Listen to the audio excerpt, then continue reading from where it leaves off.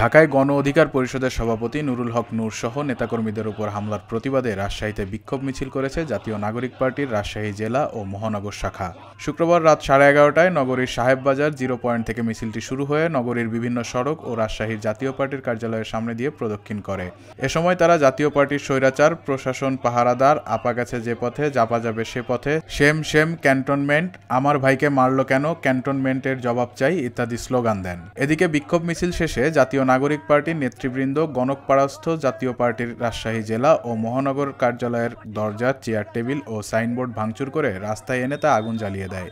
ঢাকায় জাতীয় পার্টির অফিসের সামনে সংবাদ সম্মেলন করার প্রস্তুতিকালে গণ অধিকার পরিষদের নেতা ভিপি নূর সহ অসংখ্য নেতাকর্মীর উপর হামলা চালিয়েছে, যা বর্তমান প্রশাসনের কাছে কোনোভাবেই কাম্য নয় জানিয়ে এর তীব্র নিন্দা ও প্রতিবাদ জানান এনসিপির নেতারা।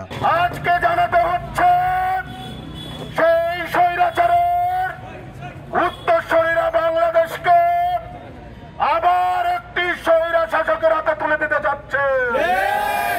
বাংলাদেশে আওয়ামী লীগ পুনর্বাসনের জন্য কাজ করছে, তারা এই হামলার জন্য দায়ী। আমি ইতিমধ্যে আর্মি প্রশাসনকে আমি রিং করেছিলাম, তাদেরকে জানিয়েছি আমাদের এখানকার ঘটনা, বলিয়া থানার ওসি সাহেবকে জানিয়েছি, তিনি তৎকালীন এখানে উপস্থিত হয়ে গেছেন। আপনারা নিজেরাও জানেন যে আমি এসেছি ঘটনার পরপরই এবং এখনো ঘটনাস্থলে অবস্থান করতেছি, তাই এ বিষয়ে আমরা তদন্ত সাপেক্ষেই পরবর্তীতে আইনগত ব্যবস্থা গ্রহণ করব।